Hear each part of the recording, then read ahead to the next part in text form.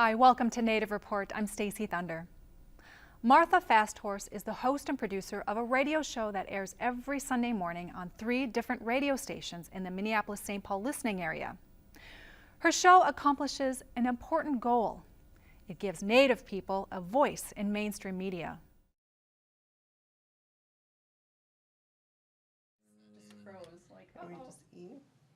I'm going to be working in there for another. Martha Fasthorse, host of the Martha Fasthorse Show, is at KQRS recording her weekly public and cultural affairs program to air this coming Sunday.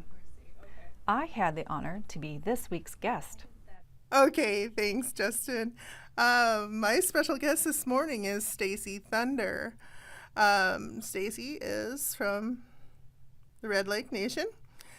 She's the popular co-host and producer of the long-running PBS TV program Native Report. My show began in 2008 in January, and it was born out of protests against the KQRS morning show. There was some comments that were made by the morning show hosts about Beltrami County having a high rate of incest, and they got in trouble for that. Getting to know them, I know that some of the things that are said for sensationalism. It's a morning show, but those comments can be offensive as well.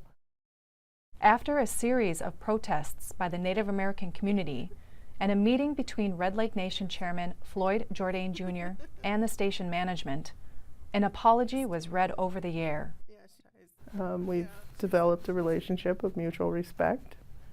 We've had our ups and downs, and Tom Bernard has been a guest on my show as well, and has apologized for some comments that he made about Indigenous people, and that's not even the most important thing about me being here.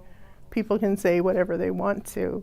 The most important thing is providing a voice for the people in mainstream media. So it's informative and educational. Martha's show also airs on 93X and Love 105, sister stations of KQRS. Plus, it's streamed across their websites and Blog Talk Radio, reaching a wide audience. Well, I get a sense that it's mostly Native people, but there's people that have contacted me who are up early with the baby, people that are coming to work, going to work. This work matters to people who come here, to people that listen, people from the community. I'll be at the bank, there'll be someone on the bus. People say, I listen to your show. Martha says a vision led her to the medium of radio. There had been 8 young people within a year at Little Earth of United Tribes that had been killed, either directly by other community members, the young people fighting, shooting each other, stabbing each other. I worked as a police dispatch supervisor, and it was greatly affecting me, that this was happening. And I remember just driving home one day, going down Ogama Place, and just praying and crying out to Creator for a vision for the people to heal. I would do whatever it took. I would tell my story, whatever I needed to do to make a difference so that these tragedies would end, that there would be peace. And it was right around that time that I just had a feeling. I just had this feeling inside of myself that something big was about to happen. And it was that week that I met the producer from Chicago and went to the meeting with Pat Bellinger and Vernon Belcourt, and my career in media began. We're going to interview you. I believe that when Creator gives us a vision, we're given the support. The people around us instinctively or intuitively know how to support us in our work. As a radio show host, Martha has talked with many well-known personalities, but she does this with a sense of service to a broader community. I feel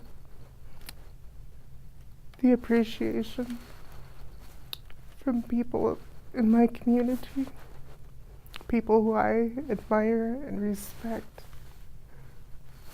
When they see me and they acknowledge me, they'll smile, they'll shake my hand like they shook the hand of somebody important. And I never let that go to my head. It's important to remain humble. It's not about making a name for myself. It's to serve the people, whether you agree with it or not. Wouldn't you like to be informed? Wouldn't you like to know what's happening? How this group of people, fits in with the larger community? And we are the first peoples of this nation, and we have stories to tell.